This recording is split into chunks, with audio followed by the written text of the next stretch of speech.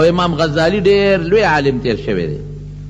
اوس هم چې څوک دی او عالم صفت کوي هلکه وایي غزالی الدهر دا خدا خپل زمانه امام غزالی دی، ډیر لوی عالم، ډیر لوی د احادیثو د تفسیر د احکام شرعیو د فقه امام د تصوف ډیر لوی بزرگ او ډیر لوی عالم تیر شوی دی د نبی علیہ السلام په امت کې. هغه خپله واقع لیکي یو سړی بازار ته لاړ یو مرۍ یې اخیسته.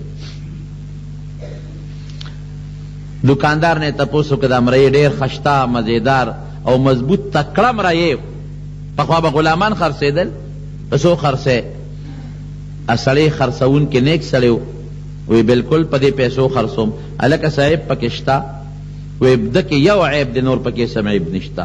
د کار ښه شین تندر دی ښه تکړه دی او خشتم ښه ښکلی دی تابعدار هم دی چې کمې خبرې لېږم په یو منډه ځي بیماري هم پکې نشته. د مرۍ دغه عیب دی چې بیمار یا تېښته را تېښته کوي تښتي هم نه تښتېدل هم پکې نشته. زما پوره تابعدار دی یو عیب پکې دی هغه دا چې چغلي خور دی. زما وروڼو د شریعت مسله زده کې چې یو سړی یو شی خرڅوي عیب به یې ښیي چې ده کې دا عیب دی او چې عیب یې ونه ښه ګناه وګټله بیا د عیب نه پس که هغه سړی اخیستونکي اخلي وادي اخلي که نه اخلي نه دی اخلي عیب به دې ښیي.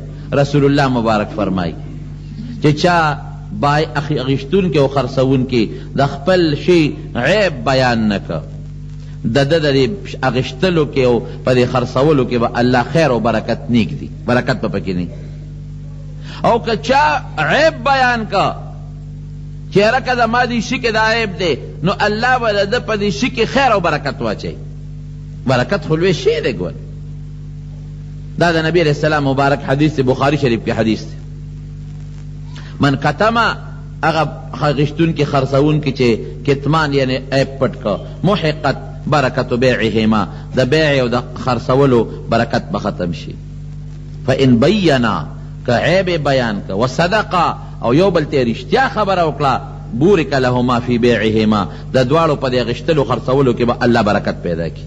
په لس د شی خرڅ که عیب دی خو په لږ دې خرڅ که دې لسو نه به الله درته د 100 روپو کار برابر کړي. او که دروغ دی وي او عیبجن شی دې خرڅ که په 100 دې خرڅ کړه 10 روپو شی دا به دنه په داسې سوړو دي چې ته به هم پکې پریشان او پیسې هم دنه لاړې شي. دا خو زه نه یم رسول الله مبارک فرمایي عیب به ښه ګورې داسې به نه کړي. نن سبا خو زه حیران یم په خدای یقین کوه عیبجن څیزونه د عیب نه ډک څیزونه در باندې په ګرانه خرڅوي. ما بل یو ځای کې سودا کړل نن یې 4مه 5مه ورځ یو شاګرد مې دی شاګرد د حدیثو شاګرد مې دی د هغه د زوی دوکان ښې پېژندم سودا مې ترې واغی چې کور ته مې ټول څښا څیزونه راکړي نو څه کوې ورسره ټول څښم. خدای پاک په چا اعتماد کې یاد ساتئ دکاندار طبقې تاسو ته خصوصا ویم چې یو ګاک د باندې اعتماد وکړي اعتماد چې ماله دا شی راکړه نو بیا به د ګاک چې اعتماد در باندې وکړه نو ښه شی به ورکړي که عیبجن وی دی کې دا عیب او چې ګاک ته باندې اعتماد وکړه نو د بازار نرخ نه ګران به قطعا نه ورکړي پته یقین اعتماد وکړه او که بیا هم وله ګران ورکړي نو ګناه کوي. بعضې وخت کې سړی جوړه نشي کولی حیا ورځي او په دکاندار اعتماد وکړي دکاندار وي راشه جوړه نشي کولی سټ کې وله مضبوط ډق ورکړه چې ښې ډېرې پیسې دې وګټې او ګټه خو آرام دې وګټل بیا به دله راضي هم نه دا سړی اوس ماله قسم هم راکړه بیا به په هغه طرف نه ورځو څه پیدا شوه 2-3 روپۍ رانه وګټلې خو بیا نورې نه ګټي که نور کله خو مې سودا کول اوس به ترې نه کوم. هسې یو مثال مې دله درکړ. نو عیب به بیانې خامخا به ذکر کې. رسول الله مبارک یو ځای کې بازار ګرځېده غنم خرڅېدل غنم چې وکتله لاس مبارک یې پکې ومنډه لاندې لامدو بره اوچو هلکه دا ولې وی صاحب باران پې شوی دی. باران د پاسه کېږي او که لاندې کېږي باران کېده د پاسه نه لاندې لمدو دا دوکه به نه کوي بلکل قطعا دا ګناه ده. حلاله ګټه ته ګوره په لږ کې به ډېر خیر او برکت دي او چې حرامه دې ډېره وګټله دا به درنه په داسې لار وځي چې خفه به مې او درنه به ځي. نو هغه سړی ورته وایي چې دا غلام دا مرۍ خو خرڅوم خو دی چغلي خور دی دا مړوي دا پوټې خبره ده خدمت تکړه وي نور خو داسې دی چې زمری دی ښه زبردست کار کوي خبره هم مني او ښه تکړه خشدار څه وایي دا پوټې خبره ده دا هېڅ عیب نه دی نقصان نه دی ډېره ښه ده. ما عیب بیان کو ذریعه سره اخلې واخله بویه ته کور ته زما وروڼو هر څه برو خو عادت نه برو خوی نه بدلیږي دا یاد ساته. رسول الله مبارک فرمایي اذا سمعتم بجبل زل عن مکانه، که دا موردل چې غر د خپل ځای نه وړقېده فصدقوه، دا خبره ومنئ. خو که دا موردل چې یو سړی د خپل خوی نه واوړېد دا مه منئ. غر به د ځای نه وړقي، خوی انسان د خوی نه نه لقي. پته وی چې د خوی نه انسان نه لقي، نو بیا د پیغمبر د راتلو مقصد څه شو؟ دا د مولیانو او تقریرونو فایده څه شوه؟ بیا د قرآن فایده څه شوه؟ ځکه الله خو نبی علیه السلام فرمایي بعثت لاتمم مکارم الاخلاق، زه خو دې له راغلی چې خلکو ته ښه خوی وښیم. او خوی چې بدلېږي نه بیا څه فایده شوه؟ نه، خوی بدلېږي نه، خو خوی نیکۍ طرف ته مایل کیدی شي. حضرت عمر بهادر و بهادری پکې وه، دا بهادري خوی ولا بدلولی نه شي، خو صرف دونه فایده حاصله شوه چې هغه بهادري به د اسلام نه مخکې د کفر دپاره استعمالوله، اوس به هغه بهادري د مسلمانۍ دپاره استعمالوي. حضرت عثمان غنی سخیو، نو دا سخا والا خوی ته ختم نشو د اسلام نه پس، خو هغه سخا به مخکې د بوتانو دپاره استعمالوله، اوس به د الله او د رسول دپاره استعمالوي. نو خوی ختمیږي نه بدلیږي. یعنی څه؟ دا خوی د یو طرف نه بل طرف ته راړولی شي. زمونږ دا محنت د پیغمبر محنت دی چې دا خوی ولا دا جذبات به وي، دا غصه به م وي، او دا سخا به م وي، او دا تیزی به م وي، خو دا به مونږ داسې راړو چې د دنیا دپاره نه د الله دپاره شي، د نیکۍ دپاره شي، د ګناه دپاره نه شي. خوی چېرته بدلېږي؟ کور ته یې راوسته، هغه چغلي خو پکې وه، هغه صفت خو هغه کې کار به یې ښه کوه. یو ځل راغی، دا یاره واقعي دا شیطان سړی چې که نه که په دغه کې پرېوځي که نه د ځنکدن په وخت کې پرېوځي نو دی به بیا هم شیطانت کوي. زه یم دی به ځنکدن وخت کې که دله شیطان راغی دی به هغه وخت کې هم شیطاني کوي. او مونږ ته خبرېږو نه هغه ټایم سره. ښځې ته ورغې د دې مالک دې ښځې له زه خو ستا نوکر یم، یو خبره درته کوم خو چې ګورې ما رسوا نه کړې. وایه نه نه ستا د پیدې خبره کوم، که زما نوم اخلې که نه او خبره اوټ کې نو بیا درته نه کومه.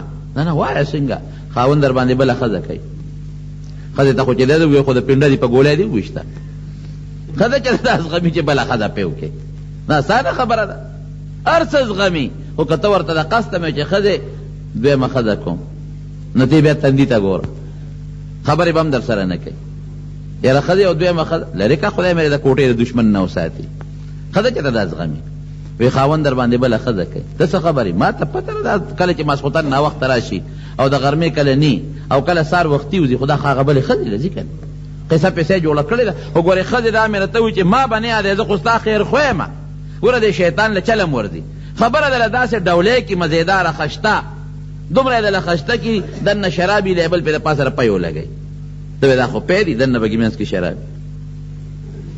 ښه دا ته رښتیا وایې، نو زه تا ته دروغ وایم چې ستا خدمت کوم، ستا غلام نوکر نه یم. خو ګورې زما نوم وانلې، بس نه ماله کار ونه ګورې. ښځه غریبه خفه شوه او چې دا چا په چا شک پیدا شي ټول نظر یې بیا خوی. غریب چې به رښتیا چې د ماسخوتن ناوخته راغی دې غریبه یې وګوره که نه، دا واقعي دا غلام ټیک وایي. که چېرته به سهار وختي ګوره که نه، چېرته به بې ټیمه شو، دا چې چا سره رواني هرې خبرې ته یې وله نظري. هغه غریب اسې په لاره رواني دی وایي ګوره که نه ما ته تیز تیز وکتل. هغه اسې چې ته مټ داسې وړقې ګوره که نه ما ته مټې وایي، حالانکه هغه خوار ته خبر هم نی، خوره دا شکونه زیاتېږي، شیطان دا شکونه زیاتوي. یاره دا شیطان ډېر لوی پالي فلام ورامي دی، دا خلک یې غرق کړل. بهر کیف وی څه به کوو هلکه دا به څه چل کېږي؟ وی چل راځي نه کې اس فکر چې ونه کې. زه په دې علاقه کې یو تعویزګر دی، هغه تعویز دله وکړم چې د اړه وله تور کړم د هغه بلې ښځې نه، هله شا به کړ څه پیسې چې غواړي. وی نه ابه دا چل کې چې د دې خاوند د دې غړي نه به لږ ویښته را پرې کړې، که د سر نه دې را پرې کړلم خیر دی، ګیرې نه دې را وویستلم، خو دا غړي دا ویښته ډېر قیمتي دي، دا یو دو درې ویښته ماله راکړه چې هغه تعویزګر له تعویز به وکړي، ته تماشه کوه، وله بیا دې توري تا سره بیا ښه مینه پیدا شي، ویښته به دې څنګه را پرې کوو. وی دا خو اسانه ده، خو چې کله وده شي نو چاړه به راوالي یا قینچي او معمولي خو به ځان نه خبر هم نه، یو دوه ویښته له کرپ ورکړه او بس مال یې راکړه، زه پېښه زما کار پېښه. ښځه غریبه خو محتاجه ده. اوس دې ته وګوره چې په ویښتو تعویز کول، ډېره خو مونږ هم ډېر سادهګان یو. پلانکې سړی په تورې چرګې په وینه تعویز کوي، په وینه تعویز جایز دی. تعویز چې خو د خدای نوم لیکې نو د خدای نوم به په پلیت شي لیکې، وینه خو پلیته را نجسه ده. په پلیت شي څنګه تعویز کې؟ موږ ډېر قمقل خلک یو. هغه وایي توره چرګه راوله، کله وایي تور چیلې راوله. زه چې دا تور کې څه چل دی؟ دا تور چې موږ یادو تور چیلې او توره چرګه، دې کې څه چل دی؟ د دې مقصد باندې ځان پوه کې. دا چې ته یو تعویزګر و، هغه له به خلک تعویزونه لتلل، چې تعویزونه له ولاړل نه هغه به ورته وی توره چرګه راوله، د هغې په وینه دله تعویز دی کوم. ای غریب ببارو چې خدای توره چرګه خو ګور یو ویښته پکې یو بڼه پکې سپینه نه، دا لکه مې را پیدا کړم چې بار به ووتل ته کې به ورته هغه د تعویزګر هغه سړی به ناست و. څه یې درته ووې یو تعویز را لیکي خو توره چرګه غواړي. زم کلي ته توره چرګه به پیدا کوم نه. وایي داسې کار دی غږ مه کوه، ما سره شته، زه به یې در باندې خرڅه کړم، خو ګورې صیب ته غږ ونه کړې. اما منځ کې د صیب چرګه وه صیب خبر بیا خو راز فاش کېږي که نه. سړي به ویل ډېره ښه ده، غږ به نه کومه چې کلي ته ځم 200-300 مې کرۍ لګي او بیا تورې چرګې پسې ګرځم. دا خو خله په اسانه په 200 په 300 والم، خو چې شی میلو شي بیا یې ورکړه. تعویزګر بابا له به یې وړه، دا صاحب چرګه مې را پیدا کړه. یاره دا خدای لکه ښځه داسې وکړه دې کوټه کې پرېږده، دلته داسې ګپ شپ لګوه، زه به دې باندې د تعویز کوم. غریب بې بار وایسته، ده به سبق په تعویز ورکړه، زه په مخه دی ښه. چرګه به بیا هغه خپل شړي له ورکړه. هغه چرګه به دروازې 10 ځله لالېدله او 10 ځله به خرڅېده. تور چیلې پیر بابا له او کاکا صاحب له خدای ته وګورئ، خپلې پیسې که در سره ډېرې شوي او که ډېرې نی خیرات کې نو په جومات کې ولګوه، په خپلو بچو لګوه، په خپلو رشته دارانو غریبانانو یې تقسیم کا، په خپل کلي ګاونډ کې مسکینانو له ورکه. دا څه کې په کوم طرف روانې؟ څوک به تعویز ولیکي ماشوم له به خپې ته واچي. هلکه تعویز کې که د خدای او د رسول نوم لیکلي، د خدای نوم مثلا لیکلي، یا د قرآن الفاظ دی لیکلي، یا د رسول الله حدیث دی لیکلي، نو دا خو د ظالمه د کفر کار وکړه چې هغه خپې ته اچي او د خپې سره لګي او ماشوم سره منډې وایي. دا خو ډېره لویه ګناه ده. څوک به څاروو ته تعویزونه اچوي. یو سړی مې تپوس وکړه، هلکه څاروو ته تعویز دا خو سوټو پورې مری مږي او خپې مږي او غوجل کې ناست دي، دا خو د خدای د نوم غټه بېعزتي وکړه، بېادبي دې وکړه، د کفر کار دی، دا خو کافر شي په ظالمه. وایي نه موږ پکې د فرعون او شداد نومونه لیکو. پوره نو ما وی که د فرعون او د شداد نوم سره لیکې د هغې باندې برکت حاصلې، نو دا خو هم کفر دی چې د کافر د نوم نه برکت اخلي. او که وی چې نه دا څاروی به ترې ویرېږي، نو هغه ته څه پته لګي چې دې کې د فرعون نوم لیکلی شوی دی، او د فرعون نوم ولا 10 ځله لیکه د املا پورې ولا مګه د څاروي پورې ښه مګه د غلاک پورې مګه، نو پی به زیات کړي.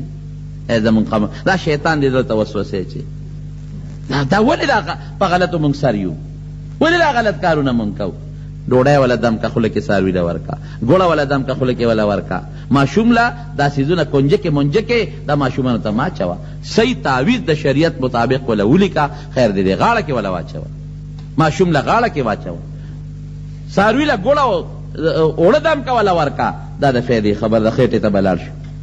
نو دا زمونږ قمقلتوب پورې مې خبره کوله.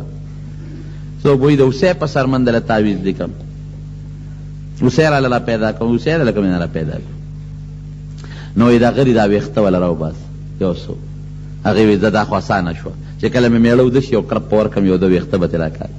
هلته لاړ هغه خاوند ته یې وایي سړیه یو خبره درته کومه، خو ګورئ پلکې به پټه ساتې، نیکه مې ډېر خیال ساتي، او ګورئ زما نو وایه ښځې دې بل چا سره تعلق جوړ کړی.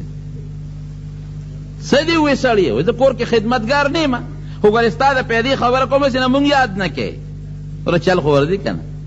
او نن دې که سبا دې بېغمکی دی، هغه څنګه ځان ته لاره وارئ، وجنې دې پرېږدي دی چېته هر ځای کې چې ګیر کړې خو په دا مازدیګر د لامله کوي وجنې دي. سړیه دا دې سوی ښځه نو ځان چې تر قصد ته اوده که او خرار شروع که چې پته راته ولګي. ما خو راته ووایي ته ځان ته تماشه کوه، چاړه به یې بل ود راغېشتي تېره کړې ده، او هر وخت چې دی لالی دی، یا دې په دا قانچې دله په دا مری کې در منډي پرېږدي دې نه. سړي وی ګور ما یاد نه کړي.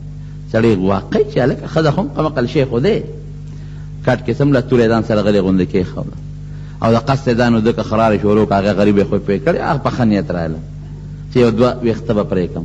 چاړه یې را واخېسته خو چې دې مرۍ ته را نږدې کړه بس د سر راوچت کړه. او غلام خو مې ټیک وایي دا خره چې پې کړې وما که پې نوم خو بې ځای لال کړې وما تورې اوچته کړه شړق یې ورکه سر یې ته یې وغورځو. چې ویې غورځاو د ورمنډه کړې، هغه د ښځې روڼو پسې راشئ خور یې دله مړه کړه، مفتو کېدله وجه هسې بېسه یې مړه کړه، خو ګورې ما به نه یادوې هغې چې راغله خورې ولیده چې د هغې نه خو وینې بېګې او تړتکې وی لاسونه خپې ټوپونه وی مفتو کې توره کې خو سړی هلته مردار مړی د چغلۍ برکت دې ولید سړی هم لاړ او ښځه هم لاړه دا د چغلۍ دا امام غزالي رحمت الله علیه په احیاء العلوم کې لیکلي دي احیاء علوم الدین ته من غلط خبره نه ده دومره خطرناک شی د چغلي او که ته وې چې د مړه خو هغه سړی مړ شو بل مړ شو یاد وساته د دین په مسله ځان خبر کا یو سړي شیطاني وکړه یو سړي دروغ ووی یو سړي چغلي وکړه د دې شیطانۍ او د چغلۍ په برکت چې څومره مړي شو د دې چغلي خور او د شیطان په هغه مړو کې حصه ده دا دې نه وایي چې د قتل ګناه شو نه جناب تا شیطانۍ کړې تا چغلي کړې ده د هغه قاتل چې څومره ګناه شوی ده دومره بستا هم کېږي د هغه به هم کېږي خو دومره ورسره ته هم شریک کړې موږ ډېر داسې کوو موږ وایي دا ما خو مړې نه دی کړی هغه کړی نه نه ستا په شیطانتو شو رسول الله صلی الله علیه وسلم فرمائی چا چې د بل په مرګ کې دوه ټکي استعمال کړل دوه ټکي لکه عربی کې وي اقتل پښتو کې وی مړ که دا پلان کې صرف اق لفظ وی یا وی مړ وی مړ نور ټکي ونه وی دو ټکي استعمال کی د دغه دو ټکو والا سړی په تندي بیا د قیامت پر ورځ لیکلي آیس من رحمت الله دا پلان کې سړی د الله د رحمت نه ناامید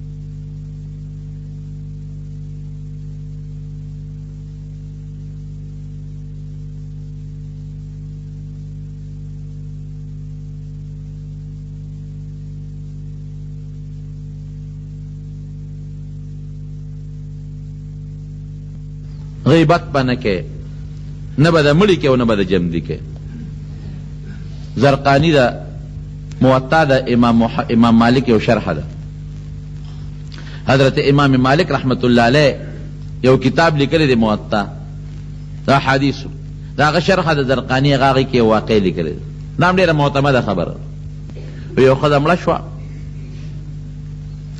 او یو ښځې لمبولې یو غاسله ښځه وه بعضې خلک چې د دې مړو د دې غسل خدمت کوي یو غاسلې ښځې دا ښځه لمبوله چې کله لمبوله هغه صابون مابون یا لاس ماسې پرې راښکا هغه زمانه کې خو خیر صابون نو صابون په ځای به نور څیزونه استعمالېدل نو چې دې رون له کله د دې ښځې لاس ورسېده نو دا غاسله ښځه وایي دا لمبوونکې یاره وایي دا مړې چې دی دا ښځه وایي دوا ورته وکړې خدای دې وبخښي وایي دا مې یو ځل په بدعملۍ لیدلې وه دونه چل خو هم ور دي که نه دا بوډیګانې مجیبه ښځې یو ځل مې دا په بدعملۍ لیدلې وه نو بس اوس خو مړه ده دوا ورته شرمۍ یم او خلکو ته دا ښکاره کوي چې ګنې ورسره ښېګړه کوم دوا ورته وکړې چې خدای پاک یې وبخښي خو ما یو ځل په بدعملۍ لیدلې وه خو چې دا ټکې وې دا لاس یې د هغه مړي د هغه مړې ښځې پتون پورې کلک ونښته دا راکاږي نه راوچتېږي داسې ونښت لکه په الپي باندې چې یو شی د شي سره یې نښتي دا زور لګوي هلته کې خلکو وی چې جنازه خو تیاره ده خلک راغلی دی شابه دا مړی راوباسئ که نه وي صبر وکړه مړي خو لا غسل نه دی شوي دا څنګه غسل دی چې نه کېږي خیر خبره پټه کم دی پاتې کېږي د ښځې د هغه غاسلې ښځې لاس د هغې په پتون پورې نښتې دی رون پورې جدا کېږي نه خدای دا څه مصیبت پېښ شپه پکې تېره شو ختمونه کوه درودونه وایه جړاګانې خدای ته کوه خدای دا خو د دې مړي رسوایي ده دغسې بېجابه پروت دی او د دې جمدی ښځې رسوایي ده دا څه مصیبت شو علما هم راوله چې خدای څوک حضرت امام مالک رحمت الله علیه دغه زمانه کې جمدی و هغه ډېر لوی بزرګ و هغه ته چې یو دی دغه وخت کې د مدینې شریفې قاضي مو داسې مسله پېښه غریب راغی نو د ښځې سره خبرې نه شم کولی او نه ورتلی شمه وی پرده به ولګو د پردې نه پورې غاړه صاحب څه چلو 3 ورځې مړی پروت دی خلکو وی د مړي وارثانو مړي څښا کېږي او ګورې یاد ساتی مړی چې وشي جنازه به در کې ایساری به نه په شریعت کې جنازه ایسارول ګناه ده ګناه په مړي هر قسمه حالت پېښېدی شي هغه جناب وی چې دا خو هغه مړي والا وی چې به داسې کار دی وکړي د ښځې را لاس پرې کړي دې مړوند کې چې موږ خپل مړی ښخ کړو موږ د مړي بېعزتي نه شو کولی او د ښځې وارثانو وی نه لاس څنګه پرې کړو د ښځې د خپې نه دا پتون را پرې کړی دا سرمن را پرې کړی ورسره موږ خپله ښځه خدمت ته تاسو له مړي را لېږلې ده لاس به تې اوس پرې کوې اوس مړي به بین شروع کړي دا به څه کېږي حضرت امام مالک رحمت الله علیه چې راغی پردی ورته ولګوله ویله دې غاسلې ښځې نه دی او تپوس کړو تاسو ګناه خو نه ده کړې؟ وی نه ما خو هېڅ هم نه دي کړی. وی نه چې دا ښځه دې لمبوله څه چل خو دې نه دی کړی؟ وی صاحب یو خټکې مې د خولې نه وتې دی. څه دې ویلي دي؟ وی ما دا وویل چې یاره دا ښځې ته دوا وکړې چې خدای یې وبخي او دا مې یو ځل په ګناه لیدې ده په بدعملۍ، او چې دغه ټکې مې وی لاس مې ونښته. امام مالک صاحب ورته وایي ښه دا تا په بدعملۍ چې لیدې را ګوان در سره شته څلور؟ وی نه. دې ستا مخکې اقرار کړی چې ما دا بدعملي کړې ده؟ نه اقرار هم نه دی کړی. تا په دې عمل لیدې ده پخپله د چا مخکې؟ وی نه په دې عمل مې هم نه ده لیدې. نو تا دا خبره څنګه وکړه؟ یاره وی دا یو ځل په لاره روانه وه، منګی یې په سر و د اوبو، او د یو سړي د دروازې مخکې ودرېده. نو زما پې دا شک راغی چې ګینې دې سړي سره دروازې والا سره څه یارانه ده. د خدای نیک بخت دی. ودرېدل خو په دې هم کېږي چې بنده ستړی شي، ودرېدل خو په دې هم کېږي چې پکې چې ته څه ازغۍ مزغۍ مات شي، یا څه سره ډغره وخوري، یا چا ملګري ته ولاړئ. نو صرف په ودرېدو دې دونه تهمت په دا مړي ولګاو او شرموله دې رسوا کوله دې. تا ته دې اقرار نه دی کړی، په دې ګناه دې لیدلې نه ده، څلور ګواهان د سره نشته او تهمت دې په مړي ولګاو. وی به دقه ټکې مې وویو، دقسې په ګناه مې نه ده لیدلې، خو دغسې مې لیدې وه. وی داسې کار دی چې اوس به تا له اتیا دورې درکوو، تا حد قذف در باندې جاري کوم. والذین یرمون المحسنات المؤمنات، څنګه دې ورپسې چې په پاکو ښځو باندې الزام ولګئ، او بیا ثم لم یأتوا باربعة شهداء فاجلدوهم 80 جلدة. څلور ګواهان چې اوسني اتیا دورې وله ورکړې، اتیا دورې درکوو، هله به کار ټیک کېږي. بس ښځې هغه لاس همغه مړي باندې پروت دی، په دورو شروع کړه، یو دوره ورکوي بله ورکوي، خو چې اتیایمه دوره ښځه وواله هغه غاسله لاس یې د مړي نه جدا شو. خو دا کارونه او کرتبونه دا قصې پسې دا هر وخت نه ښکاره کېږي. دا خدای کله کله دا خپل قدرت اظهار کوي، همیشه نه کېږي. دا سزاګانې به الله د قیامت پر ورځ ورکوي. د مړو بد به هم نه وایه، مړي چې وشي کفو عن مساوي اعمالهم. نبی علیہ السلام فرمایي د مړو د بدو اعمالو ذکر مه کوئ. اذکروا محاسن موتاکم، د خپلو مړو ښه بیان کې، بد یې مه وایې. نبی علیہ السلام وایي دی خو اسم که څه ګناه کړي نو هغې ته ور ورسېدل، دې سره پاړه بد وی. که یو مړی داسې وي چې هغه غلط عقیده لري او د هغه غلط عقیده او عادت غلط عمل په خلکو کې خور شوي وي او خلک په هغې لګیا دی عمل کوي، نو ذکر یې وکړه چې خلک یې د هغه بدعملۍ نه ځان وساتي. یعنې د مړو به هم بد نه وی. غیبت په نه د جمدي کې او نه به د مړي کې، سخت وبال او سخت جرم دی. حضرت ماعز اسلمی رضی اللہ عنہ د حضور پاک صحابی دی او راغی نبی علیہ السلام ته ما گناہ کړی دی. حضور پاک مبارک ته مخ دی بل طرف ته واړو، دی بل طرف ته راغی، وی دا الله رسول ما گناہ کړی په ما حد جاری کا. څلور ځله ته حضور پاک مبارک مخ اړو، هغه بار بار وی. نبی علیہ السلام مبارک تی پورا تپوسونه وکړل، ا جرم یې کړی. صحابو ته وی زیدې بوز او سنګسارې کی، چې کله بوت او صحابو سنګسارو نو دا د مرګ دا دل ډېر خطرناک دی، د منډه کړی. حضرت عمر فاروق رضی الله عنه سره یو جامه د اوښ پرته وه، په هغې یې وویشته، دې غریب را پرې وساتې ووت، او رده نه وي نو دارې والې د حضرت عمر په جامو پرېوتې. ده ورته خیرې وکړه حضرت عمر فاروق، ای معاذ خدای دې داسې داسې کا، که تا دا ګناه نه وې کړی نن به زموږ جامې په وینو نه لیت شوې. چې راغی حضور پاک مبارک ته صحابه وي څه چله مو سره وکړو؟ وی صاحب سړی مو سنګسار کړو. وی صاحب هغه درد لږ تنګ که نو منډه یې کړې. حضرت عمر فاروق رضی اللہ عنہ د اوښ په هغه جامه وویشته او خیره ورته وکړه. رسول الله مبارک فرمایي عمر بد دې وکړل، زما دې قسم دې ماعز داسې توبه ایستې وه، داسې توبه که دا توبه د ټولې مدینې په خلکو، یو روایت کې د ځمکې ذکر دی، د ټول ځمکې په ګناهګار طبقه تقسیم کې د ټولو توبه به الله قبوله کړي. هغه داسې توبه ویسته، ته بیا وایې چې دا ګناه وکړه. نو د مړو د بدو ذکر به نه کوي چې یو مړی بدو کې څه پته لګي د مرګ نه مخکې هغه توبه ایستي، او که نم د ایستې هغه ورغې که نه خدای الله پیشه وله د هغه بد عمل پیشه، زمې د هغه بد عمل د ذکر کولو څه ضرورت دی. د مړو ښه ذکر کې ښه ووایې چې دا ښه سړی و، دا نیک سړی و، بد به نه وایې، نه د جمدو نه د مړو. نبی کریم صلی الله علیه وسلم چې کله معراج ته تللی دی، صحابو ته بیان کوي، یو قوم مې ولید چې په دا شونډې ولا په قینچو پرې کولې، دا شونډې او چغې به یې والې. تپوس مې وکړه دا څوک دي؟ وی دا هغه خلک دي چې په دنیا کې به یې غیبتونه کول.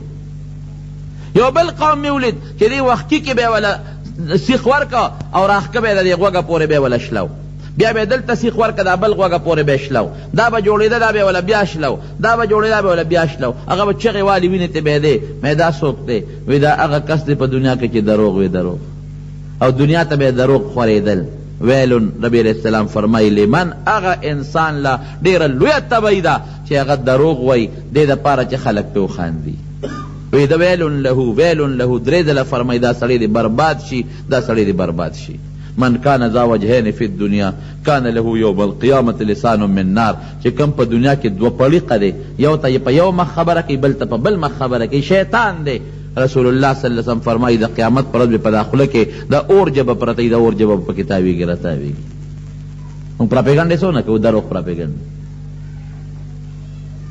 دا ډېر لوی جرم، خطرناکه ګناه، لوی ګناه کبیره ورته وایي.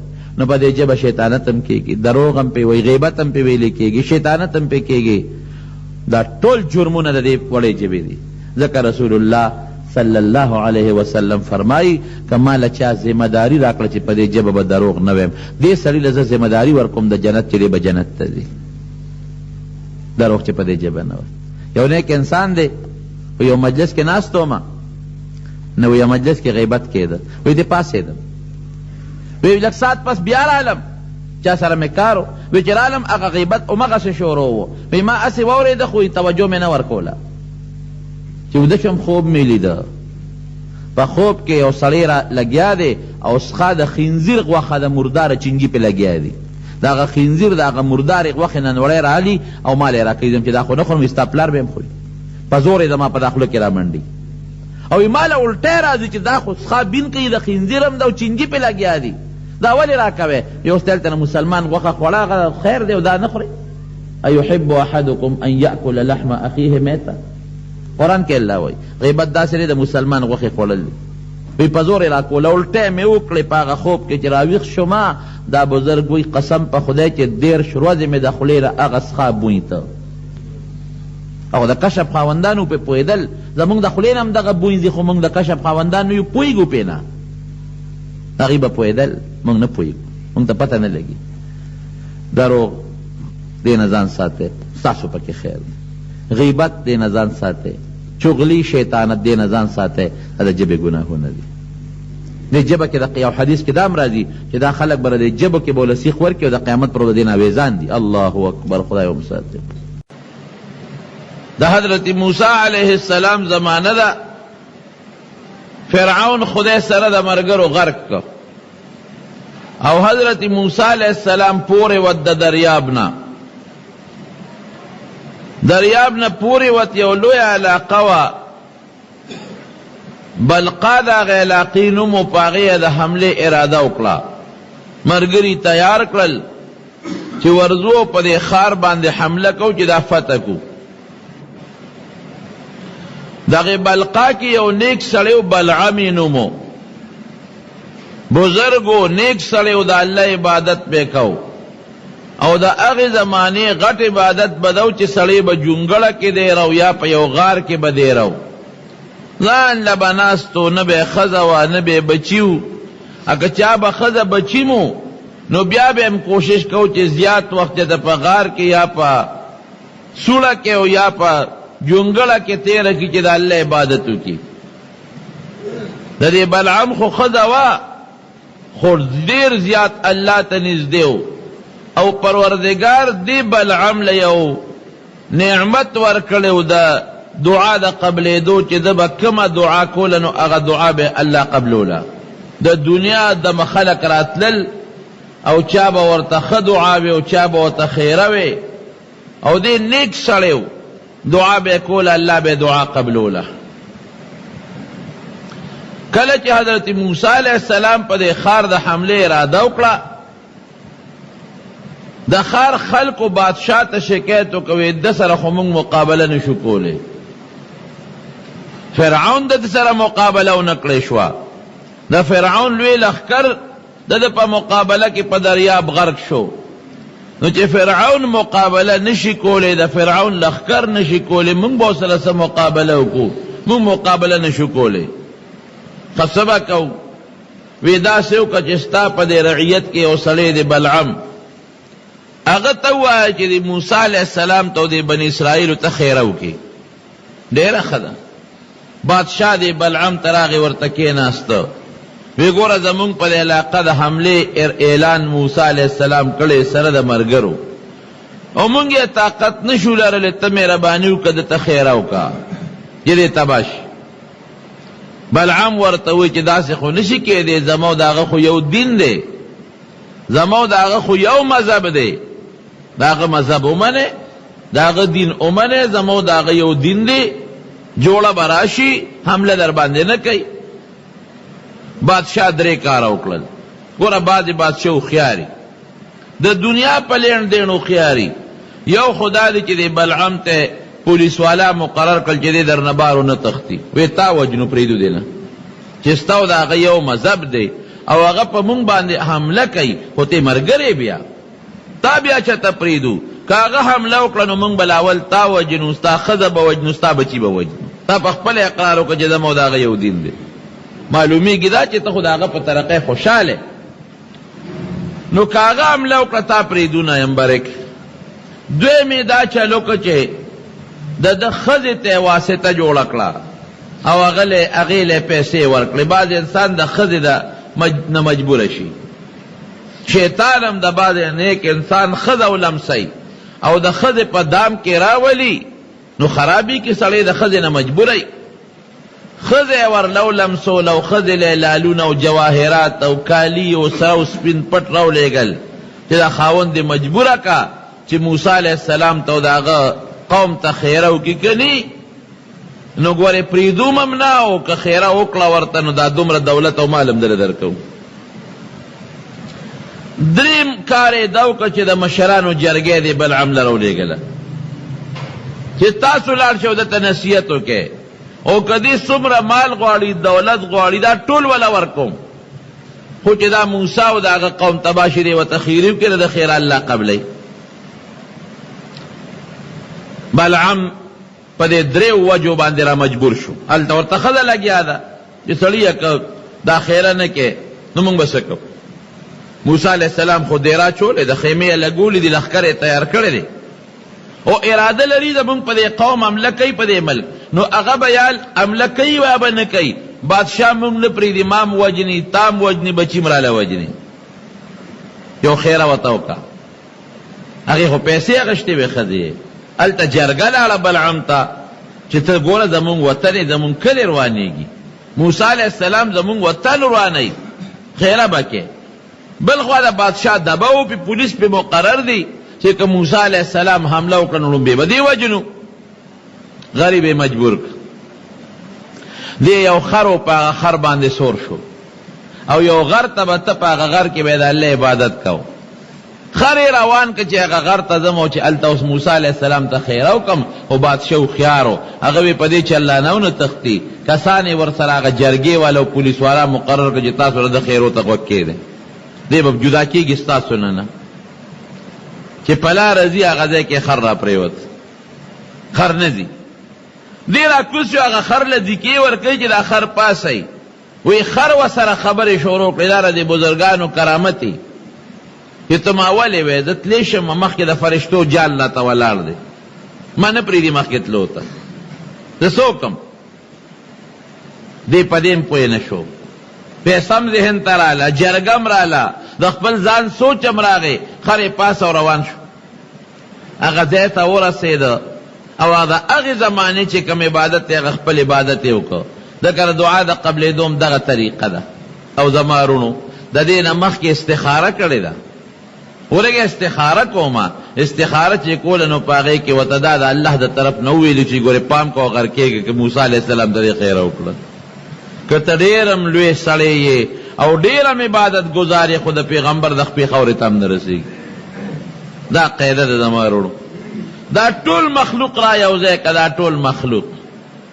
حضرت عبدالله ابن مبارک نه چا تپوس وکړ، وی حضرت معاویه رضی الله عنه غوره دی او که عمر ابن عبدالعزیز غوره دی؟ حضرت معاویه صحابي دی او عمر ابن عبدالعزیز تابعی دی، لاندې درستو دی. سره دی نه چې عمر ابن عبدالعزیز رحمه الله ډېر انصافدارو، په دنیا کې ډېر انصاف قائم کړو. وی عمر ابن عبدالعزیز غوره دی که معاویه رضی الله عنه؟ عبدالله ابن مبارک ورته وی وجود دی راله غونی غونی که په وجود مې ویښتو درېدل. وی که دا ټوله دنیا د عمر ابن عبدالعزیز غوندې سړو نه ډکه شي، دا ټوله دنیا، نو د معاویه رضی الله عنه د هغې اس چې د پیغمبر علیه السلام په ملګرتیا کې په جهاد کړی دی، دا هغه اس د خپو خاورې ته هم نه رسېږي. چېته حضور پاک او چېته صحابه او چېته رستو خلک. نو که ټول امت را یو ځای شي او نیکان او صالحان او علما او هر څنګه خلک، زمارونو پیغمبر ته په مرتبه کې نه رسېږي. پیغمبر له الله لوی مرتبه ورکړې ده. نو درې ځله د استخاره وکړو، درې ځله ورته په خوب کې دا الهامن او په خوب کې ښودل کېږي چې بلعمه بېشک عبادت ته ډېر دی، ستا د خیره مونږ قبلو، ته مونږ مستجاب الدعوات ګرځولې، خو ګورې که تا سره دا ټوله دنیا هم ډکه شي ستا غوندې د نیکانو، د موسی علیه السلام د خپې خاورې ته نه رسېږي. پام کوه هغه سره نیغ په نیغه نشي غر کېږي. ګورې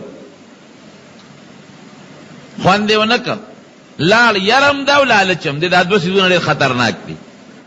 چې لالچ او یره راشي که نه، د سړي نه به ایمان وځي، باید سړی ویریږي. ځکه نبی علیہ السلام مبارک چې دعا کوي نو هغه فرمایي اللهم انی اعوذ بک من الجبن، خدای ما د بزدلۍ نه وساتي. بزدلي او یره دا د انسان دپاره خطره ده، او لالچ او طمع دا د انسان دپاره ډېر خطرناک دي. چې په چا یره راشي دې حق خبره نشي کولی، حق نشي بیانولی، او که چاته طمع او لالچ راغی د طمع او د لالچ ته وجه دې رښتیا خبرې نشي کولی. او دې خوار ته دواړه پیښ دي، یرم پې د بادشاه ده او طمع او ښځه ورته لګیا ده.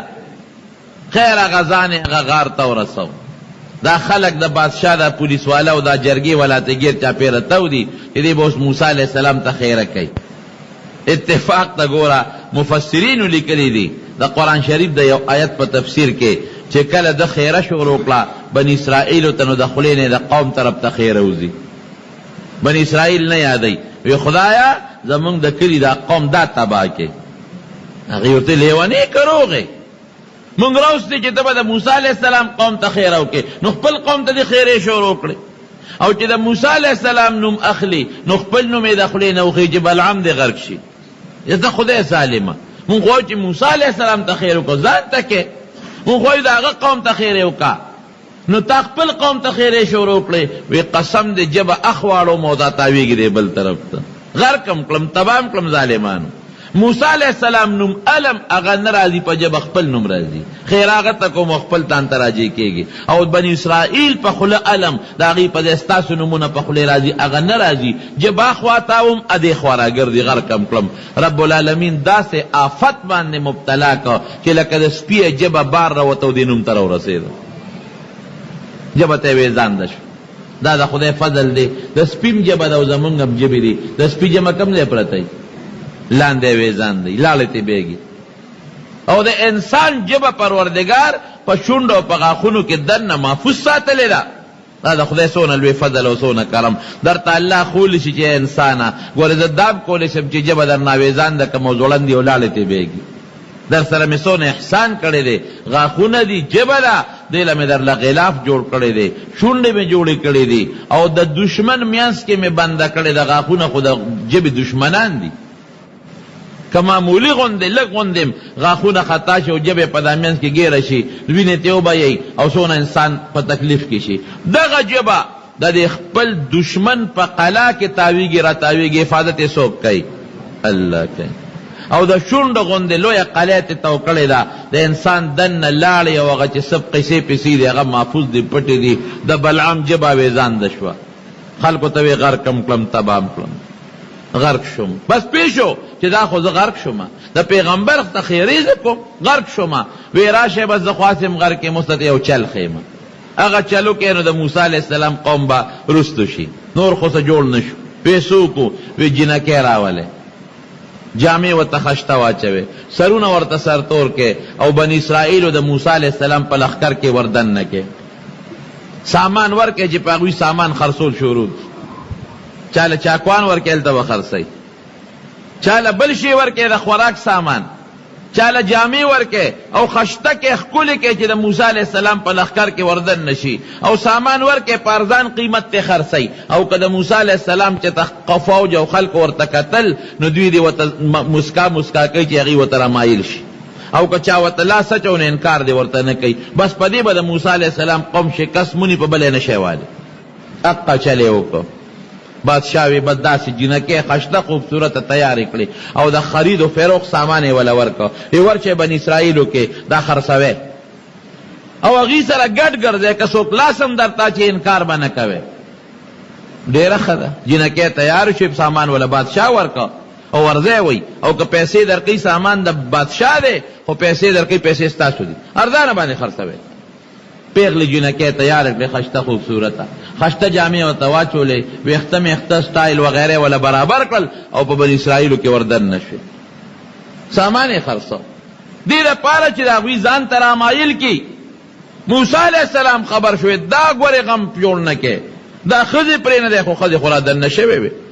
په سوونو جنکې دي په لارو کوڅو کې ګرځي څوک یو شی خرڅوي څوک بل خرڅوي.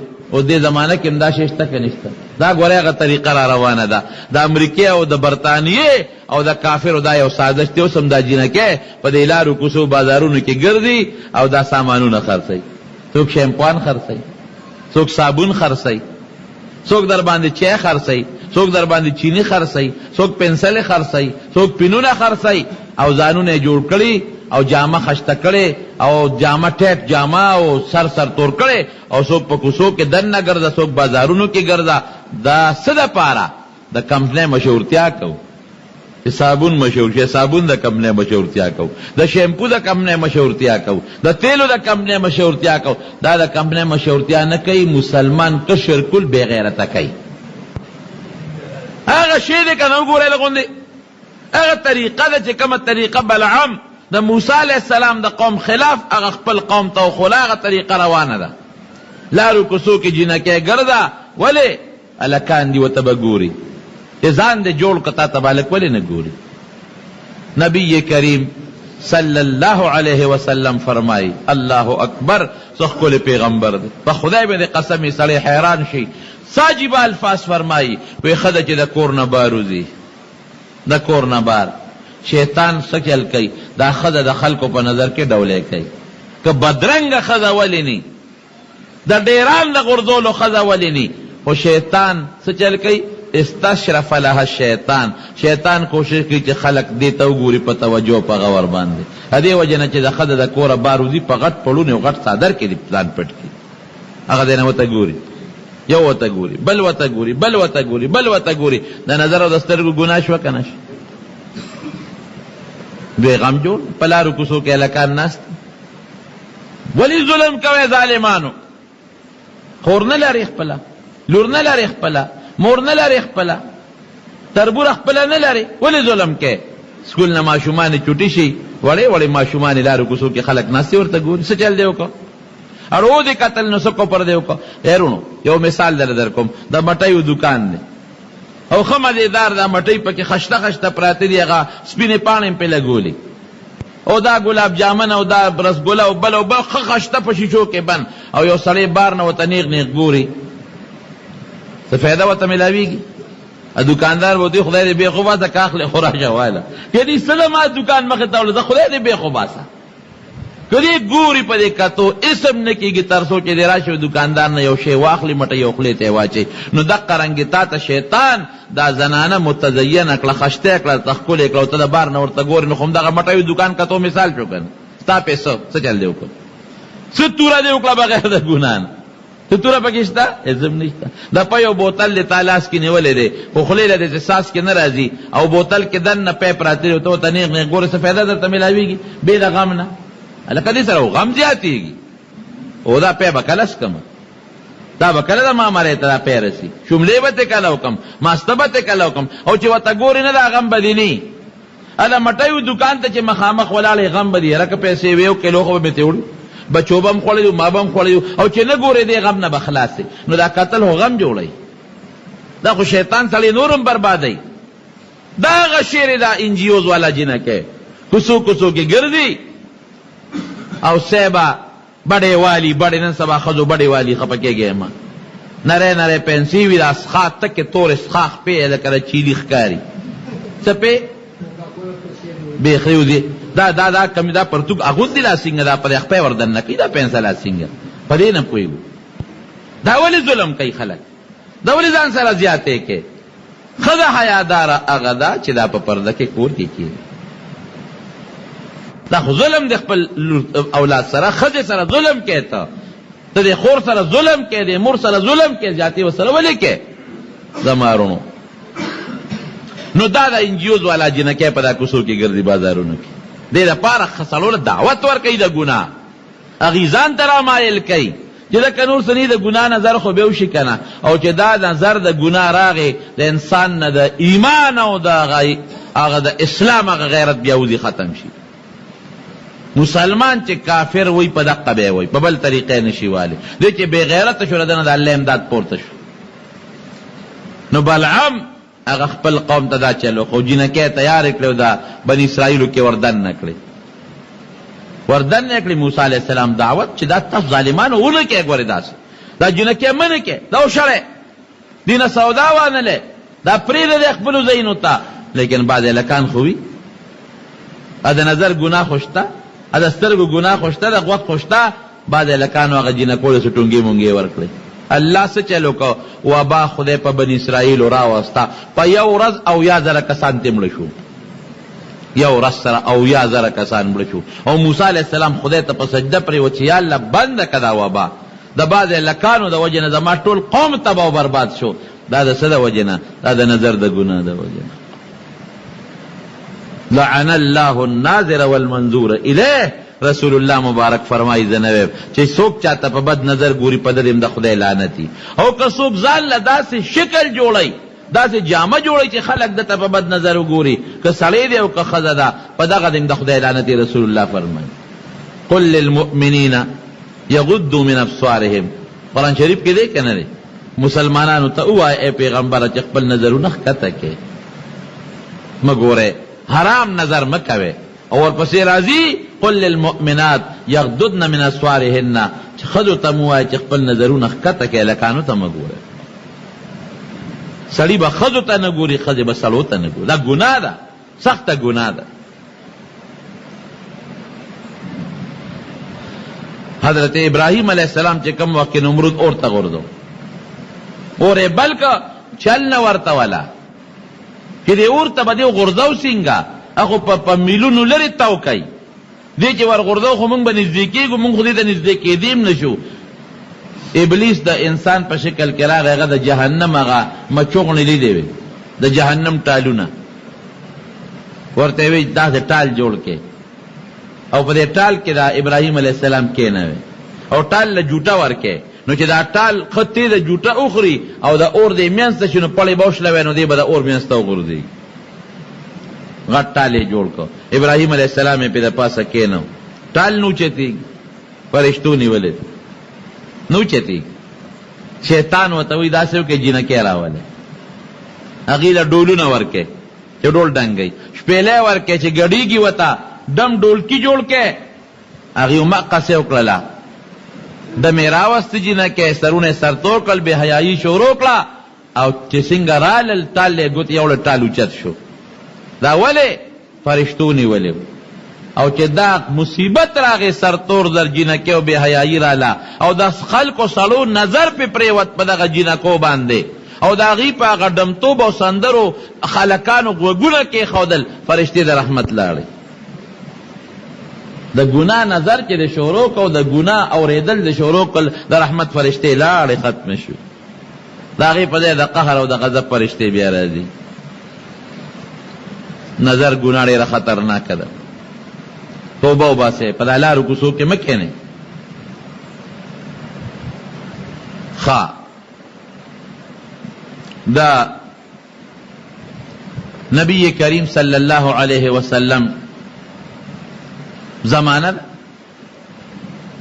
صحابه کرام دی وسره حضور پاک مبارک یو ځل او فرمایل په لارو کې مه کښېنئ ایاکم والجلوس فی الطرقات په لارو کې مه کښېنئ صحابه سوي د الله رسول زمون خو د لارو د ناس د نخلاصي نشته مونږ کوم ځای کینو خامخا به لار کې کینو په ډیپه کینو د دروازې مخې ته کینو خلک په لاره تېرېږي دا خو مونږ خلاصي نشته خامخا به کینو حضور پاک کو فرمایل خچ خلاصیم نشته او لارو کې کینې نو لارې له خپل حق ورکوي الله رسول لارې حق څه دی وی یو حق اداره چې څوک دي سلام اچي تاسو علیکم السلام وایي دویم حق یې څه دی یو غریب کمزور دی پڼ دی ورسره ګېډۍ دی نه شي وړی امداد ورسره وکړي دریم حق یې څه دی نظر ښکته کې مه ګوری چاته دا د لارې حق شو نظرونه به نه اوچتوي نظر ښکته کې مولانا اشرف علي تانوي رحمت الله علیه لیکلي دمشق جامع مسجد کې یو مؤذن بانګ به کو بانګ به بره په مناره کې کو او دغه علاقه کې مسلمانان مو یهودیان مو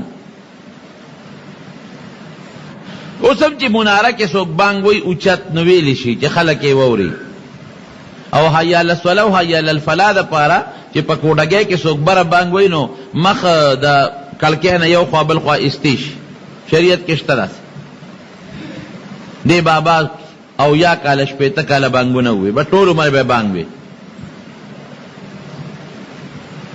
یو ځل یې بانګ وي حی علی الصلاة وي او بیا حی علی الفلاح وي د دې جومات د دې منارې سره خوا کې لاندې یو کور و د یهودیانو اوسېدل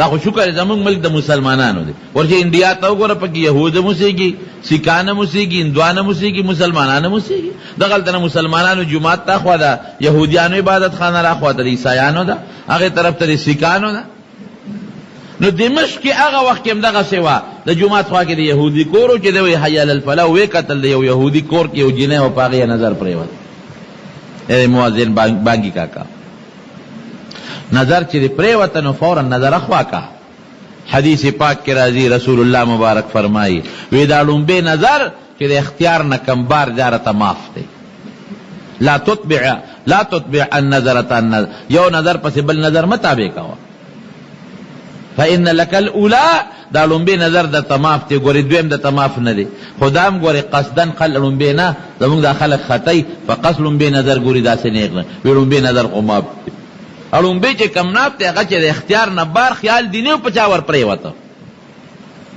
او نظر پسې نظر بیا مه لګوه فورا مخبل طرف ته مخبل طرف ته وې اړولې وې او اعوذ بالله ویلې وې نو هغه نظر پسې بل نظر کا لاندې ګوري جینۍ ته وکتل او ګوري ور بانګ نه خلاص کو په هغه روشندانې سره ویزان کا نیغ نیغ هغه جینۍ ته ګوري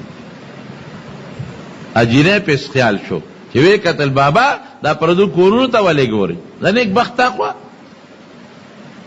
بانګي کاکا ورته وایي چې یاره جینۍ ډېره مې خوښه شوه مې لیدلې ګوره که نه سترګو پسې د خولې ګناه شروع شوه که نه شوه او د غوږ ګناه شروع شوه که نه شوه د نظر پسې د غوږ ګناه د هغې خبرې اوري او بیا د خولې ګناه هم شروع شوه ډېره مې خوښه شوه او ډېره زیاته مینه مې د در سره بابا خدای ته وګوره د خپل شکل ته وګوره او بوډاتوب ته یې وګوره د شپېتو یو نړېدلې او ما ته وګوره څوارلسو دیارلسو کالو دا ته څه کې زه خو ستا د نوسین اب کشری یم خدای ته وګوره ځان هم مه شرموه ما هم مه شرموه او دی هماغسې په سترګو ړوند شوی دی نیغ یې ورته ګوري نه که نه جینۍ داسې کار کوو چې ګناه نه کوو او ته ما سره واده وکړه هغه ځای نه کنیکشن لګولې چغې وایي دا سوچ نه کوي چې ما د اواز خو شلم کندي کې اورېدلې کېږي بوډ بابا ته ته څه کې ته روغې که لیونې نه بس نکاح وکړه نکاح خو جایز ده سمنه خو نه ده ته خو مسلمان یې او زه خو یهودڼه یم نو وایي څه بده خو نه ده د مسلمان نکاح خو د یهودڼې سره کېږي جینۍ ورته څه وایي وی ټیک ده ستا په مذهب کې خو د مسلمان نکاح د یهودڼې سره کېږي خو ما له زما ضمیر د اجازت نه راکوي چې د یهودي نه ما سوا بل چاته په نکاح شي زه به خپل مذهبي ته نکاح کېږي مسلمان سره نکاح نه کوم داسې وکړه جینۍ چې که پیسې دې خوښوي کور دې خوښي هغه زمانه کې د مهر چې ستاسې شرطي ما ته ووایه خو مهرباني وکړه ما سره واده وکړه جینۍ پوه شوه چې سړی خو نه وړي بار بار ورته وایي مهرباني بس جینۍ وی راشه یو شرط ورته کېره وی ښه بابا داسې وکړه چې نه مهر غواړم نه کور غواړم نه درنه بنگله غواړم، نه پیسې کالي جامې اسم نه غواړم، یو شرط دا منظور کړه زه د اوس نه د ښځې یم، زه نکاح د سره تړم، زه نه پلار سره صلاح کوم، نه رور سره کوم، نه مور سره کوم، اوس د سره نکاح تړم، د نن نه د ښځې یم راځه. څه شرط دی؟ شابه زه وایه ادا دی چې یهودي کېږي به، اسلام به دې پرېږدي، اسلام پرېږده او یهودي شه راځه، اوس نه د ښځې. جنې دا خو ډېر خطرناک شرط و. ما خو شپېته اویا کاله بانګونه ویلي دي، منځونه مې کړي دي، او تهجد او روجې مې کړي دي، دا هر څه پرېږدم لو کم په اوبو نه داسې نه کېږي. که بل څه شرط یې راته وایه، هر شرط چې دي منم، خو دا مهرباني وکړه دا شرط پرېږده. یهودان ورته وایي چې که دا شرط منې ښه که نه کوزېږه، ما ته دې خوا مه ګوره. خیر دی ورته کلک شو، خوند یې ونه کړ چې خوند یې ونه کړ، ویم دا یو شرط دی، ویم دا شرط دی، وی ټینګ یې پې وی یو، وی ښه اسلام ایمان مې پرېښود، یهودي شوم درله. دا د څه ګناه وه؟ د سترګو. ورپسې د څه ګناه شروع شوه؟ د غوږ. ورپسې د څه ګناه شروع شوه؟ د ژبې. ورپسې کفر لاړ، کفر شو کفر. دغه د سترګې ګناه نه کفر ته خبره لاړه، او خوشحاله دی بابا چې د یاره بغیر مهر نه په یو پوټي ټکي راته ښځه میلاو شوه، د هغه پوړی نه را کوزېده، خپې وښویه د لاندې را پرېوت، سر د لاندې راغی، دا سټې لاندې شو، خپې پې د پاته شوې، مردار شو، مړ شو، جنې پاتې شو. نبی علیہ السلام فرمایي ډېر کرتا د یو انسان او د جنت په منځ کې یو لش مزلي، د جنت په دې دوزخ ته وغورځېږي، دا سړی شو. حضور پاک مبارک رښتیا وایي. یعنې دغه مرګ مقدر و لازمن یې خپه خویده او بانګ یې ویلی، که دا ګناه د سترګو یې نه وی کړی او دې ښځې ته یې نه کتلې او توبه ایستې وې او ایمان یې نه وی پرېښی، دقه مرګ یې مقرر و، دې نه نه نورېدله، نو کوم خواته؟ جنت ته. ځکه چې بانګ یو سړی وی او خلق مانځله راوبلي، د دې نه بهترین عمل بل نشته. خلق مانځله رابلي او بانګ یې وی او د هغې نه پس مړ کېده، شهید به او جنت ته به ته. لیکن د سترګو نظر یې پرله پسې که، د غوږ نظر شو، د ژبې نظر شو، بیا ورپسې لاړ کفر شو. دومره خطرناک شی دی نظر. خدای دې د سترګو او د غوږ د نظر نه وساتي. نن سبا هلکانو سره موبایل دي، موبایلو کې تصویر دا د سترګو نه ګوزینا، جنکو سره موبایل دي، په هغه کې تصویر دا زینا ده د سترګو. تصویر والا موبایل، تصویر ته ګورې، اخباری تصویر ته ګورې، د رسالې تصویر ته ګورې، او ته په هغې خپل خواهش ته ته وایي چې شابه ګوره وته، او د ګناه نظر کې، دا ټول جرم دی. تصویر خاصم ګناه ده، او بیا د الک چې د جنۍ تصویر ته ګوري او جنۍ د الک تصویر ته ګوري، زنا شوه، زنا خطرناکه زنا ده، لعنت د خدای پې ورېږي. ګناه کبیره ده، وړه ګناه نه ده، غټه ګناه ده. نو د سترګو او د غوږ د دې دواړو ګناهونو نه کوشش کوي مسلمانان ورونو چې ځان وساتي. په دې غوږ څه واوره؟ قرآن واوره، تلاوت پې واوره، ذکر پې واوره، بانګ پې واوره. چې کم انسان لیونی وي لیونی وی په دې غوږ کې ولا بانګ ووایه. که کم انسان داسې دی چې هغه نیم پاگل دی وی په دې غوږ کې ولا بانګ ووایه. که کم انسان ناپویه دی، سبق مې نه یادېږي، دماغ مې کمزور دی، په دې غوږ کې ولا بانګ ووایه. ور په غوږ څونه فایده حاصلېږي. او چې کوم ماشوم را کوټې پیدا شي څه چل وسره خلک کوي، په دا اخیر وخت کې ولا بانګ وي، په دا غوږ کې ورته اقامت کوي. دا ماشوم خو دغه وخت کې پوهېږي نه، لیکن په دا غوږ ولا د الله دا نوم وردن نه کوي. دا د غوږ فایده شوه. قرآن واوره، تاله نه درځي قرآن، یو حافظ یو قاري صاحب ته واجي د قرآن شریف لږ تلاوت وکړه چې زه واورم. هلته بانګ ویلې کېږي، فوراً ورته متوجه شه چې بانګ وایي، راډیو دې بند کا، خبره دې بند کا. یو ناشنا واقع دې پور را یاده شو. د رمضان میاشت یو جنۍ ټي وي ته ناسته ده، ټي وي ګوري، میلمانه را روان دي، مور دي جنۍ له آواز ورکړه بچې دا ټي وي دې بند کا، او میلمانه را روان دي، روژه ماتې به مونږ سره ډوډۍ به مونږ سره راشه، ما سره لغونې کار وکړه. نه مورې ما ته چغې مه وه، یو پروګرام دی هغه ګورم. بچې پروګرامونه دې پرېږده، میلمانه راځي، کټوی پخول غواړي. مور دې ما آواز ورکوي، لور ورته وایي چې نه ما مه تنګوه، زما یو پروګرام دی هغه ګورم.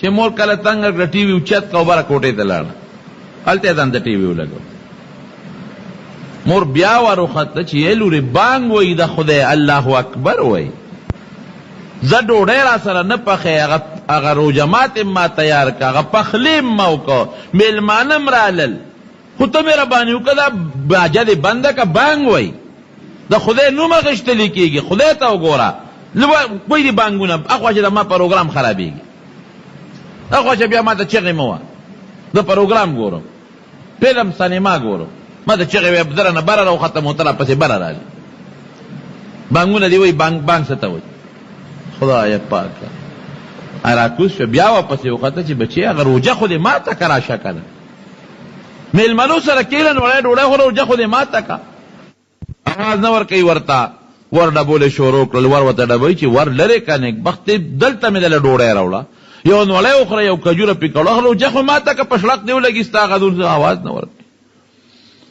دې روجه ما ته کو پسې راغله چې جینۍ خو دننه ده اوس چغې او ورته وایم چغه هم نه راکوي اواز هم نه راکوي دا څنګه ټي وي دي او ټي وي لګیا دی غږېږي د کوټې نه ټي وي اواز راځي نه دی اواز نه راځي روڼه ورپسې راوختل پلار راوخت اواز نه ورکوي شک یې پیدا شو چې دروازې ورپسې ما ته کړه ویې کتل جینۍ په فرش لاندې مړه پرته ده ټي وي غږېږي لګیا دی سندره فلم شروع دی جینۍ په فرش مړه پرته ده ګوره ژوند ته ګوره که دا ټي وي وختي بند کړی وي او دا راغلی و د بانګ احترام یې کړو چې ښه مورې او توبه زه ګناه خو کومه خو دا بانګ یې ووی نو دې لپاره ټي وي بندوم او دې بانګ سره یې دغسې ویلې وی الله اکبر الله اکبر بانګ چې وایي نو بانګ سره به هغه الفاظ وی او روجه ماته کړې په محبت او په مینه نو ممکن ده چې د خدای د نوم په اخیستو کې دې سوتی وي ځکه دغه ټیم د هغې مقرر و هغه سې ونه کړله سات یې ووته چې سې ووته هغې راځي راوچتوي راوچتېږي نه وجود نه اوچتېږي خلک جمع دي زور ورکوي ځمکې نه وجود نه اوچتېږي خدایه داسې چلو شو دا خو داسې نه لکه ټینک چې اوچتی دا خو نه اوچتېږي یو انسان و هغه ټي وي لاسې ګوتې یوړی وګه ټي وي مردار خو دې دی نه خوښ د دې ټي وي د لاسه دا نقصان دی خو چې هغه یو کس ټي وي اوچت که دې خوا د دې وجود اوچت شو وایي دا خو چې ټي وي اوچته وجود یې اوچتېږي ټي وي چې ښکته پروت یي وجود یې نه اوچتېږي دی یې راکوزول او ټي وي یې مو سر راوچت راکوز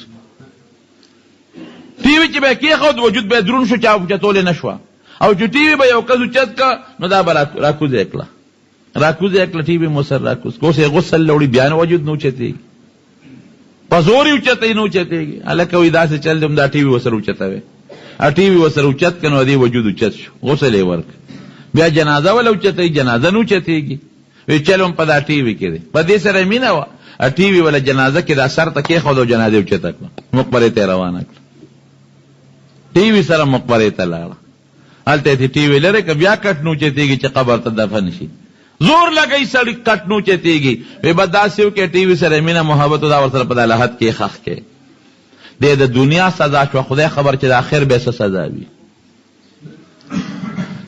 زما رونو دا د نظر ګناه ده هلکان او جینکې ګډوډ سینما ته ناستي ټي وي ته ناستي فلم ته ناستي هلکان پردو جینکو ته ګورو جینکې پردو هلکانو ته ګوري حیا بالکل ختمه شوه خدای دې مونږ کې حیا پیدا کړي نور کله به ځه چا به ګناه کوله هلک د پلار نه او د مور نه پټه به یې کوله یا لور یا زوی به کوله پټه به یې کوله اوس یو ځای ناستي یو سوداګر چرته په سفر ته د عبرت خبره ده هغه سره وینځه وه هغه وینځه خشته وه خوبصورته وه خرڅوله خو یې نه چې دا خو زما وینځه ده ځان سره یې بوتلیم نه شو پیارېده چې په سفر کې څه فتنه جوړه نه شي په دې کلي کې یو نیک انسان ویده دا نیک انسان دی هغه سره به امانت کېده او وینځه یې بوتله هغه نیک انسان ته وایي دا مې تاسو کره امانت راوسته او زه تجارت په سفر ځم چې راشم بیا به یې راکړي هلکه مونږ سره دا ویزه مه پرېږده مونږ په فتنه کې مه مبتلا کوه زما زامن دي او بچي مې دي وی چې نه به زه کوم خوا بوځم خرڅو مې نه لکېږي مې نه او په سفر یې بوتلې نه شم پې یېرېږم او ستا راته نیک سړی ښکاره شوې بس تا کره به خدمت کوي تر څو چې زه نه یم راغلی دا نیک سړی چې ته یو ځل کور ته راننوت په دې ویندې نظر ولګېد ګناه نظر یې پې ولګېد دا خو نیکان نیکو فوراً یې توبه ویسته الله ته چې خدایه ما نه خو غلطي وشو نور مې نه لاس وروړی دی نه مې څه بل څه ګناه وکړه خو خدای دا مې غټ جرم وکړو چې دې پردی وینځې ته مې په بد نظر وکتل. د دې یو پیر صاحب ونې کغلله وی دقسې مې یو وینځه وه چې را سره امانت یې ښودې وه او ما ورته په بد نظر وکتل او زه په ځان پوهېږم چې د الله تعالی زما په زړه کې کومه غمینه محبت او کم د عبادت شوق هغه مې لاړ برباد شو. دې نظر سره رانه څه لاړل. وی داسې وکړه پلانکي کلي ته به لاړ شي هلته یو پلانکي نوم یې دی او هغه به د دعا وغواړي نو الله به درته را ګناه معاف کړي. ډېره ښه ده. دې لاړ هغه کلي ته او د خپل استاد چې ورته کوم سړی ښولو د هغه تپوس یې وکړه. وی دا نمونه نیک سړی بزرګ پیر شته؟ خلکو وی نه پیر خو په دې نوم نشته. یو دی تپوس کوي بل تپوس کوي وی پیر نشته په دې نوم نیک سړی او دلته کې یو د شراب خانه کې یو الک دی او بدعمله غوندې دی په دې نوم هغه شته. نه زه خو راغلی یم چې دوا به راته وکړي نه په بدعمله څه کوم او شراب خانې بازار کې څه کوم. واپس راغی خپل استاد ته وی صاحب چې تا چاله لېږلي هغه سړی خو ما ونه موند او چې تا کوم نوم وښو نو په هغه نوم یو کس وشته خو د شراب خانې او د ډمبازۍ بازار کې پروت دیره دی. وی ومغله ورشه دعا درته وکړي. چې دی ورغی د خو پټکې په سر و جامې اوږدې دي خلک هم ورته ګوري چې دا ملا صاحب په دا شراب خانې په دا بازار کې څه کوي د بدعملۍ دې بازار کې څه کوي. چې ورغی هغه تپوس یې وکړه په هغه کور وردن نه شو. هغه هلک ته چې ورغی یو نوجوان هلک ناست استاد پلانکي نوم دی یو خوا کې ورسره یو جینۍ ناسته وه ورسره یو بل هلک ناست دی او د شرابو یو لوښی ورسره پروت دی شرابو خپل مخصوص لوښي وي. دی لا بدګمانه شو چې دا څه په مصیبت وړېدم دا چاله زه رالمه ده ته زه دوا وکړم او که دی به ما ته دوا کوي. یراسم راغلی مراشه خپل حل ورته ووایه وایي زه چې پلانکي را لېږلی مو دغسې ما نه د نظر یو ګناه شوې ده د نظر غلطي رانه شوې ده او تاله راغلی یم ته مهرباني وکړه ما ته دعا وکړه چې ګناه ما ته الله معاف کړي. توبه خو دې استې ده که نه؟ وی یو توبه مې استې ده. وایي چې توبه دې ویسته الله به درته معافي وکړي. اوس هم تاسو ته مې هم که چا د نظر د غوږ ګناه کړی وي مایوسه کېږي دی نه د الله په حضور کې د توبه وباسي. یو 2 رکعاته صلات توبه دې وکړي نفل او د هغې نه پس دې توبه وباسي چې یا الله که ما په غوږ یا په سترګو داسې ګناه کړي خدای تې راته معاف کړي. د ژوند او د مرګ هېڅ پته نه لګي. وی دا الله به راسره ښه شي. یاره وایي د تا له خو هغه خپل استاد را لېږلی ما خو دا ته د دغه د بازار کې ناستې د شراب خانې او د دې بدعملۍ او دا جینۍ در سره ناسته ده او دا زنانه او دا هلک در سره ناست دی او دا شراب درته پراته دي. هغه وی دا زنانه چې دا د ما مور ده دا پردی نه ده او دا هلک چې تا ولید دا مې زوی دی او دا چې ته کوم بوتل ما سره نه دی کې شراب نه دي ګیلاسي کې راوړ وي دا پی دی. سړی خو څه ناڅه پوه شو چې یاره څه بدګماني خو مې ختمه شوه. نو ته دلته څه له دی رهی ها رښتیا ده ورته خپل الله نه دی ویلی ده ورته لا ال نه دی ویل چې مانه دا ګناه شوې ده. ده وی چې راځه ما په دې سړي نه به زه دعا غواړم که زه به ورته کوم. نو دا تپوسونه یې ترې شروع کړو دلته څه له اوسېږې دلته څه له اوسېږې دلته څه کې. نو هغه ورته وایي په جواب کې سړی وایي دلته ځکه اوسېږم د شرابخانې په دې بازار کې چې که چېرته داسې بار دی رومه نو بیا به خلکو وینځې را سره امانت کې ښودې نو زما به پیشق پیدا کېده دلته ځکه دی ریم. او سړی خو واقعي نیک سړی دی او د کشف خاوند دی د کرامت خاوند دی. وی حضرت دا ګناه ما نه شوې ده واقعي او تا د راغلي ما ته دعا وکړه. دا مې دې پورې وي چې د هغه ځای نه چې کوم دی د نظر تهمتي تهمت د هغې نه م ځان ساته.